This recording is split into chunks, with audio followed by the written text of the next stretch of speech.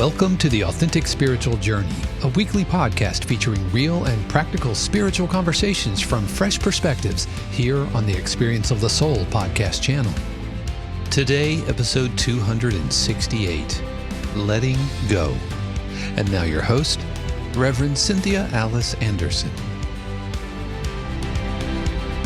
Hello and welcome to the Authentic Spiritual Journey. My name is Cynthia Alice Anderson. I am the host. I'm here today in 818 Studios with my producer. Good morning, everybody. This is Dave Croft. Thank you so much for joining us for another episode of the Authentic Spiritual Journey. As always, we want to be the first to welcome you to a brand new week and hope that you are doing well.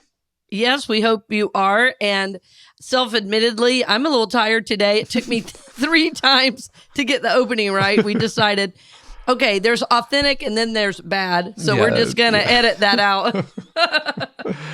But, the opening is so simple. But anyway, friends, welcome to the show. We're glad you're here. And I guess I'm already living the title of the show today, Dave, which is what? It is Letting Go.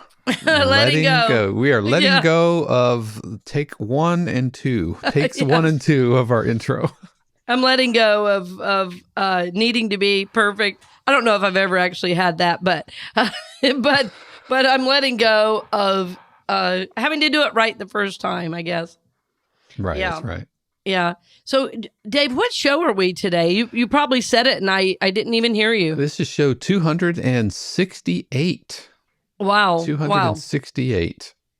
Yeah, this is big news, friends. I was listening to a show from a few weeks ago this morning, and gosh, I needed the show so bad myself. And I want to just share with you that virtually every topic I do is a reflection either of my process or of something several of my clients have been through. So I'm trying to bring it forward to help all of us. And, when I recorded, I'm in a certain place and a totally different place on the journey, when I come back to it. So if you haven't gone back and re-listened to a few shows, I want to encourage you to do that. Also share them with friends. I could see how the show I was recently listening to about trusting the process could help you on something totally different, on a different day, depending on where you are on the journey. Mm-hmm. That's right. And so, friends, we are happy to be bringing you the show today. It is called Letting Go. And many of you know that over the course of my career, I've taught a lot about this concept, letting go. You'll hear me talk about release. I talk about it in a number of ways, on a number of levels. What I fundamentally believe is that we hold on to things that don't serve our highest good.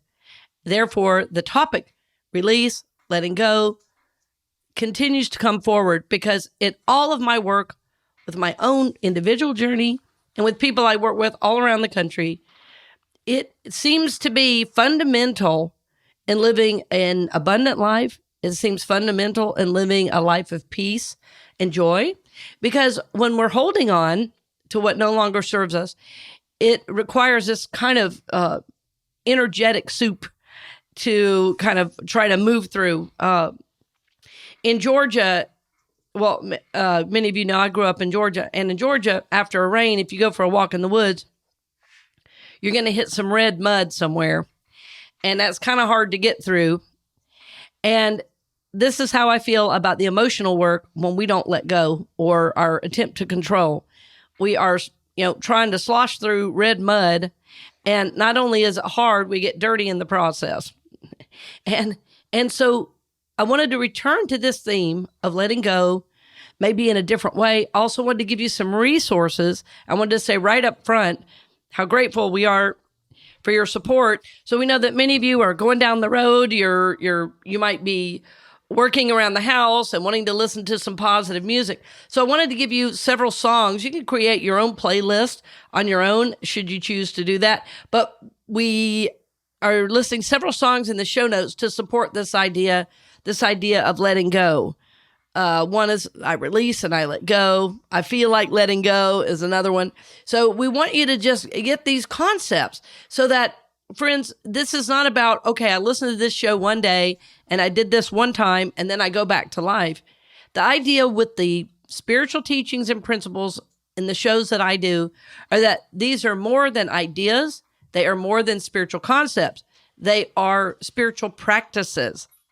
They begin as an idea and concept, but the ideas, as you hear them, as you begin to embody them, life begins to flow. Life begins to get better. Life begins to be more abundant. Life begins to be full of more ease and grace. This spiritual concept I'm talking about today is letting go. Letting go. I've worked recently with individuals who are struggling with illness. And by struggle, I mean any illness is a struggle because no one consciously asked for an illness. And the thing that seems to be the most difficult is letting go of the life they had before. Of course, I've been in a position where I was near death, and the number one thing was not the pain. The number one thing was not lack of energy. The number one thing is not knowing who will I be on the other side of this, if I ever get on the other side of this. So what we often do is hold on to a way of being, a way we think we need to walk in the world. And there's a whole new way that is trying to come forward for us. There is a whole new way that is seeking to emerge. Because you see, what happens as we're on the spiritual journey and we're growing, we're evolving, is that we can't do things the way we used to do them anymore. The old attitudes, the old beliefs that don't work anymore get to be a hindrance, not a help, in moving forward on the journey. So as we talked about in several shows, we've talked about faith, we've talked about, trusting the process over the last month. And part of trusting the process, as I was saying in that show, is, realizing that whatever's next for you is going to appear. So if an old way isn't working for you, an old way of doing, an old way of thinking, an old way of being, then you are going to be asked, not verbally, you're not going to be asked, although you may, by people that love you. In general, the universe doesn't work in verbal cues. You have to learn through, as a friend of mine used to call it, the school of hard knocks. We learn because what we're trying to do isn't working anymore. And this is when we have to let go. I was talking to my dear friend, Daniel Namod. This is, a couple of years ago. I think we were in the midst of COVID and all that. And I said, "How are you doing?" And he said, "I'm holding on by my fingernails." And I said, "Sounds like it's time to let go." And he goes, "Oh, crap. Yeah." And then he goes, write, 12 songs about letting go. But yeah, we hold on for dear life to something that isn't serving us anymore. And we all do it. It's something about being human, frankly, because it's what we know. It's our comfort zone, right? It's what we know. So as I've been called to step into new, work activity over the last year, I keep having to let go of a self-image. I'm having to let go of the way I've always been asked to show up over the last 20 years. I'm having to let go of a way I've viewed myself and my work, right? But the letting go is bringing new opportunity. The letting go is bringing abundance. The letting go is, frankly, very freeing. Because what I've realized is the ideas I've had about myself is a self-made construct. Yes, it's a combination of what others think I should be doing, probably. It's also a combination of that, what others think, what my family thinks, what I have been conditioned to think, that patterning and conditioning that happens when we're so young. We carry that forward in a really unconscious way. So I'm being asked yet again to let go of some of that.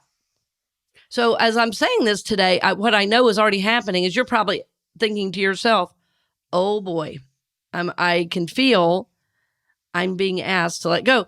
I'll give you another, for instance. If you're a parent and your child is growing up, they're leaving the nest, or they're driving all of a sudden, or they're hanging out with friends all of a sudden, then the way you parent, the way you think of them has got to shift. It's time to let go. Now, it doesn't mean you're not engaged. It means the old way goes. The old way you are letting go of, and it's usually not an overnight process. Oh, my son's now doing all this, or my daughter's now doing this, or, my child is leaving for college.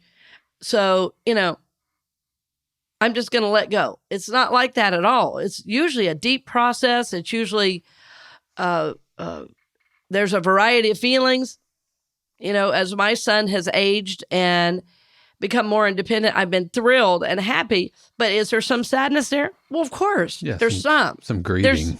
There's some, but mostly not for me, because I've been preparing for this for a long time. But it's like, oh, I really missed him today, or whatever. That's normal.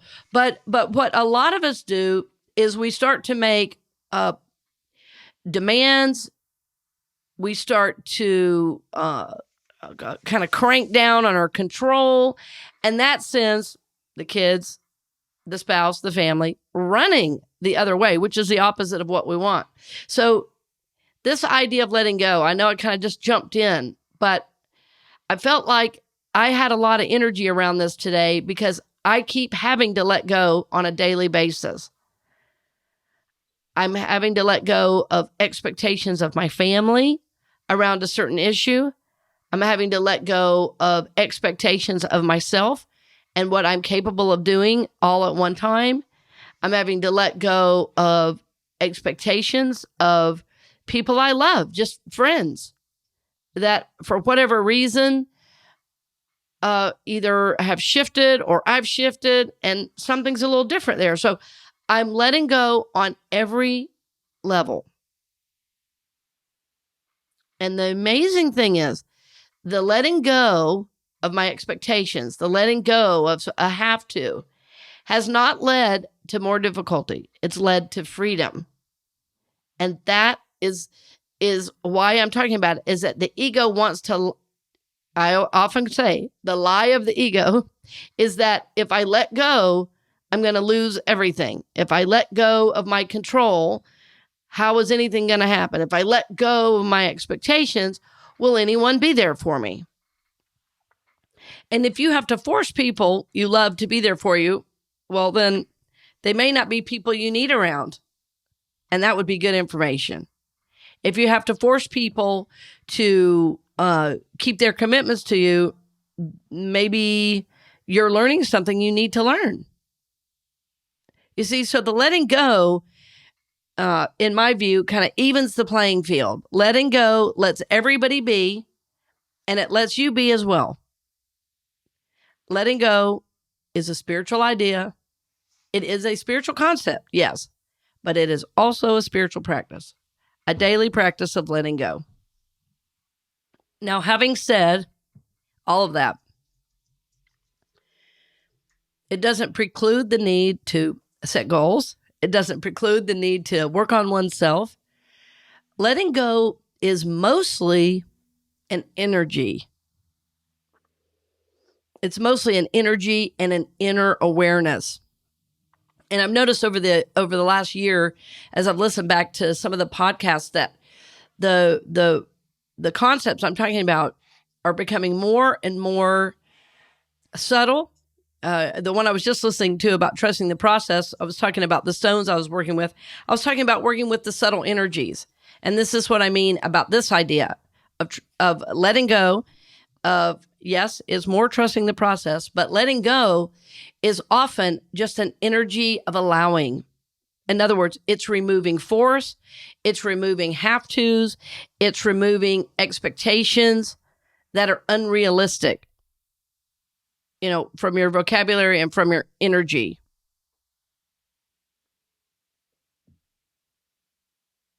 So, as a parent, you're going to have realistic expectations of your kids. I mean, I'm not saying have no expectations, or no boundaries. But what I'm saying is to do the inner work to see at 16, do they need what they needed at 13 or 14? At 18, do they need what they needed at 5? At 20, do they need? You see, so it's really just this inner awareness with how you approach the relationship. And if you can let go of expectations that they're going to do this, this, or this, because frankly, friends, by 16, by 20, your kids are on their journey for life now.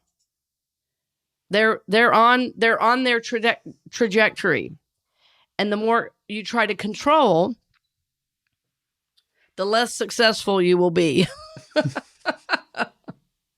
How do I know? Working with kids and parents, for years. I was thinking back because I had just heard about a youth ministry from my former ministry in Phoenix, and it was such a vibrant youth ministry. I mean, there were about 250 kids a week, and when I was at Unity of Overland Park, I had 150 kids a week, and so I've worked with kids and parents for a long time, and I'm amazed at how kids that grow up with some kind of spiritual awareness just tend to have this beautiful trajectory to their soul growth and journey when the parents can just let it be. It's like trusting that the God in them knows what their next steps are. So I'm speaking about this a lot because why? Well, my son is now 16. So I'm always and have always parented him in a way where it's like, okay, what does he need for his next step? Not what do I want him to do? Yeah, but what does he need to grow and mature? And what I know at this age is letting go. He needs letting go. It's like, go do your thing. I'm here if you need me. I'm right here, but go do your thing. Go do your thing. But I've even discovered, so I drive a lot. Many of you know that I also work in Tampa at Unity, North Tampa. And so my commuting has been a little intense lately because over the last 2 months, I think I've driven, an average of anywhere from 500 to 1,000 miles in a week. And I had an event out of town. It was actually for my son a couple weekends ago. So I had just gotten back like a few weeks ago from a family trip. Well, then this one weekend, I drove 6 hours one day, 5 hours the next day, then 4 hours the next day. So that from Friday to Sunday, I'd driven 15 hours. And what I noticed is that my expectations of other drivers began to be unrealistic. I was like, I'm really expecting people to care that I've been on the road for 15 hours and nobody cares. So rather than expecting other people to care, what do I need to take care of myself in doing this? Because there was no choice in the matter. It's my job and it's my kid, right? So I got to be there. So the question became, okay, how do I guide myself through this without just being totally angry, resentful, And that was just driving, friends. So these principles work everywhere. And what I noticed, as soon as I let go of my expectations of other people and did what I needed for me, everything flowed more beautifully. It's really an interesting thing, isn't it? But letting go is a powerful spiritual practice. And for me recently, it's been mostly about letting go of expectations of others and putting the attention back on myself. It's like, what do I need to be doing right now? They're going to do what they're going to do, and I'm going to bless that. But what do I need to do? Yeah. Letting go of expectations.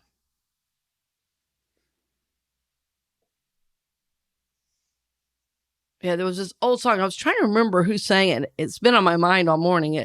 The words are, I'm letting go of holding on. And then it goes, God is my shepherd. I shall not want. It seems like it's an old song. I'm letting go. Do you know that the song name? I'm Holding on. I'm looking at God is my shepherd. I shall not want. I'm letting go. I don't know. It's like probably from the 80s. So much of what I remember in spiritual song. I'm not You finding can't find anything. it. Yeah. I'm letting go of holding on. In other words, we're always talking about on the show, in some form or another, how do I grow, prosper, and evolve? And by grow, prosper, and evolve, we mean, how do I live from the level of the soul, not just from the mind and the body, right? And so when we're seeking to control what's happening next, we're in the ego, we're in the personality, we're in the body awareness only. And what we're seeking to do is live life from a higher realm, a higher level. And that higher level is one of flow, it's one of peace, it's one of joy, it's one of ease, it's one of abundance. It is one of being able to observe oneself in the process. So think about that as you're going throughout your day, like, am I trying to control this outcome? Now, again, friends, if you're a lawyer and you're working a case, obviously you want an outcome for your client. You want to do your very best to work on their behalf. I'm not saying we don't do that. I'm saying we give up the kind of control that, is trying to force an outcome, because it doesn't work that way. If I said, oh, I'm just letting go of traffic and I'm not going to drive to Tampa, I would not have a job anymore, right? So I'm not talking about that level. And that's what I mean about the spiritual journey, and also about the maturity on the spiritual journey. I know most of our listeners have been on the spiritual journey for a very long time. And as I'm saying these things, you're aware of what I mean. You are aware that every day we have an option. Are we going to live from soul or from personality and ego? And the goal, moment by moment, day by day, is to what? Is to live from the soul. Letting go is one of the classic ways and one of the most beautiful ways to live from soul, because you cannot control outcomes. And as I'm talking about letting go, it goes back to all these past shows I've been leading up to. It's about having faith in the invisible. It's about trusting the process. Letting go means I am trusting. Letting go means I know the universe is there for me.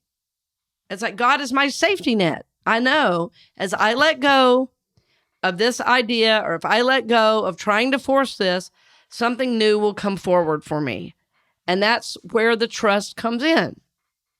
But letting go is, I'm going to say again, it's an idea, it's a concept, but it is also a spiritual practice and a wonderful activity for moving your soul forward and for bringing more ease and grace into your life. It's actually easier to let go than it is to try to force an outcome. By the way, it is I'm Letting Go of Holding On by Richard McDeckie. Oh, McDeesey. McDeesey. Oh, Yep. Did he write that? Yeah. That is sweet. Okay, I had forgotten that. Yep. And so we'll have links to that in the show. And I think what would be cool, maybe if, because we have what, 1, 2, 3, 4, we have 5, 6, 7 songs. Maybe you can put a playlist together in that people can just, they can add the playlist to their Spotify or something like that, as opposed to having, 7 different links. Oh, yeah, that's true. Okay, yes, I will do that. And I'm going to write that one down about Richard. Yeah, and it has been recorded several times, but according to the sheet music I found, and the lyrics are, "I'm letting go of holding on. God is my shepherd; I shall not want. Mm-hmm. Letting go of holding on, seeking first the kingdom of God. I let go of the feelings that fed on lack and greed. I let go of the reasons keeping me in need. I let go of the fear that there's never enough, and I stop holding on to what is not love." Is that that's song? it. That's it. Well, I want to tell you about Richard McDeesey really quickly, because when I had first moved to Kansas City to go to ministerial school, and people knew I was a musician, because when I moved from Seattle, I was making my career, my living as a musician. I was playing, I was teaching private students. I also went and started these programs at schools, and it was just, I really loved my playing and teaching career a great deal. And it was a pretty big deal to leave it, because I was playing professionally. Somebody said to me, "You're a musician making your living and you're leaving it," and I said, well, I'll never leave music, but, it was actually getting to the point in some of the gigs where honestly, I just wasn't having fun anymore. And it's like music needs to be fun for me. Yeah. And just feeling so called into ministry. Well, anyway, when I arrived at the Village or arrived in Kansas City, my first stop after groceries was to walk over to Unity Village and make my presence known because I was going to be taking classes and things, and I wanted to get to know people. Somebody said, "Oh, you're a musician. You need to talk to Richard McDeesey." I said, "Well, who's Richard McDeesey?" I didn't know. And he was in charge of music for Unity Village for the retreats and things like that. And I walked into his office and said, "Hey, Richard, I was told I need to meet you." And he goes, "Cool." And so he sat down and we started talking. And he goes, "Are you a musician?" I said, "Yeah, I play the drums." He goes, "You want to play this weekend?" I go, "Sure." Sure. So Richard had me playing almost immediately, joining him for the retreats and everything. Yeah. So yeah, spoken like a true music director right there. Yeah, exactly. You play? You want to play this weekend? Yeah, what are you doing this weekend? Yeah, exactly. So he and I did a lot of retreats together over the years. And then later I was a music director at retreats myself. Richard had decided to go be a minister himself and is now married to a minister as well. So he left the Village. And then when I was working in retreats, I took over. I was working with Sky St. John, who was the music director. And then I took over as music director for Unity Village. So that was a lot of fun to do that.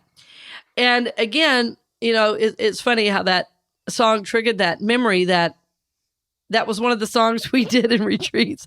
I'm letting go of holding on. And I had just done such a powerful letting go of my old life that it felt wonderful to me to be there and support other people, on that spiritual journey, because it was such a big move for me in my life. So my question for you today, dear friends, is, what am I holding on to that really needs to be released? And remember that it could be an attitude, it could be a behavior, it could be an energy, it could be very simple. It could be also something very deep. It could be an addiction. It could be a hurtful behavior. It could even be a way of spending. Just think about, what are you being asked to let go of? And as I say that, I want to remind you that on the spiritual journey, we never have to wonder what's next. Whatever we need to be doing is up for us right now. And that's how you know you need to deal with it, because it's up for you. So I want you to think about that as you go throughout your day, throughout your week. What am I being asked to let go of? And just like work with that idea every day. And, many of you know, I work my goals every day. I read through them. I say them out, my vision and mission for my life out loud. I do all my work. And one of the affirmations I'm saying every day is, I let go and let everyone be. That's my process. It's so simple. I let go and let everyone be. In other words, I take all my attention off what I think others need to be doing, including people I love. And I focus on what is mine to do at this time to move my soul forward. And that's all I can do. That's all I can do. I know it's mine to get up and do the podcast, so I do that. I know it's mine I had rebranded my website recently. It looks amazing. That was mine to do. I know it's mine to build new friendships. I've been doing that. If I'm focused on what everybody else should do, I don't have time and energy to do those things. Yeah, let go and let everybody be. Just let everybody be. Yeah, that's my something I say every day. And it's a reminder to not try to control outcomes or have unrealistic expectations, that I am in the flow with what God is asking of me. And I know the right support, the right energy is going to be there. I absolutely know that to support me. I don't have to make it be there. I don't have to expect people to do things they're not capable of doing. I let go and let everyone be. So friends, for your journey, I support you in this. I'm sure you have to go to work every day, or I'm sure you might be dealing with a difficult family situation. Just try this, see how it feels for you. Let go. Let go. And remember, it is not a one-time practice. Like, I let go and I'm done. It's not a one-time practice. It is a daily idea. It is a daily concept. It is a daily practice. And it will absolutely support your spiritual journey and your soul growth as you move forward. So this is my prayer for you. And I will put a nice playlist for you in the show notes at Dave's recommendation. Thank you for that, Dave. And happy to provide you with that. And maybe it'll support your journey the way so many of these songs have supported mine.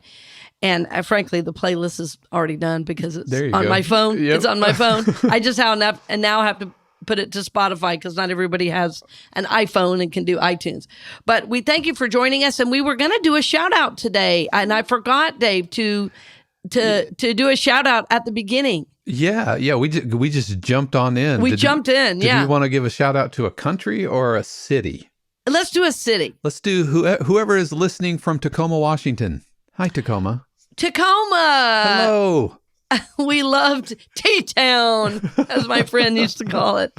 Love me some Tacoma. All right, friends. Well, blessings in Tacoma, Washington. Go have a latte for us. There you go. And sending love and blessings your way. And we honor you and thank you for being a part of the Experience of the Soul podcast family. And of course, this particular show, The Authentic Spiritual Journey. So thank you, dear friends. As always, we are so honored and grateful for all the support. And we love to lift you up and support your journey along the way. So we look forward to seeing you next week, and blessings on the journey, dear friend. We hope you've enjoyed this episode of The Authentic Spiritual Journey here on the Experience of the Soul podcast channel. This channel is made possible because of listeners just like you. If you would like to support the channel with your tax-deductible contribution on an ongoing basis or through a one-time gift, head over to experienceofthesoul.com/support. The Authentic Spiritual Journey is copyright 2023, Cynthia Alice Anderson, all rights reserved. Our theme music is composed by Dave Croft and used with permission from RR Hot Publishing. The Experience of the Soul podcast channel is a production of 818 Studios.